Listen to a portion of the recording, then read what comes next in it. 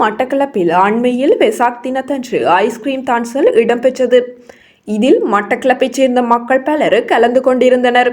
இந்நிலையில் கடந்த காலங்களில் பல சர்ச்சைகளை ஏற்படுத்திய காணொளியில் இருந்து எடுக்கப்பட்ட புகைப்படத்தினையும் வெசாக் தினத்தன்று குறித்த சர்ச்சைக்குரிய காணொளியுடன் தொடர்புடையதாக கருதப்படும் மதகுருவினை தொடர்பு படுத்தியதாக அமைந்த தன்சல் புகைப்படத்தினையும் இணைத்து சமூக வலைதளங்களில் மோசமான கருத்துக்கள் பகிரப்பட்டு வருகின்றது.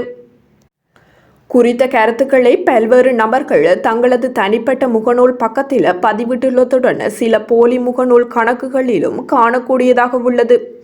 குறித்த புகைப்படத்தில் தனிப்பட்ட நபர்களின் முகம் தெரிவது போன்று அமைந்துள்ள அதேவேளை மிகவும் மோசமான கருத்துக்களை பகிர்வதன் காரணத்தினால் குறித்த புகைப்படத்தில் இருக்கும் தனிப்பட்ட நபரின் மனநிலை பாதிக்கப்படுவதுடன் அவர்களை தவறான முடிவு எடுக்க தூண்டுதலாகவும் அமையும்.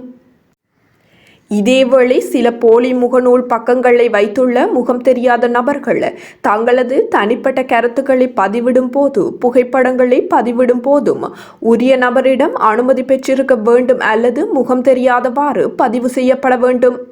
தங்களது தனிப்பட்ட கோபங்களை வெளிப்படுத்துவதற்காக பொதுமக்களின் புகைப்படத்தினை பயன்படுத்தி இவ்வாறான செயற்பாடுகளில் ஈடுபடுவதை தவிர்க்க வேண்டும்.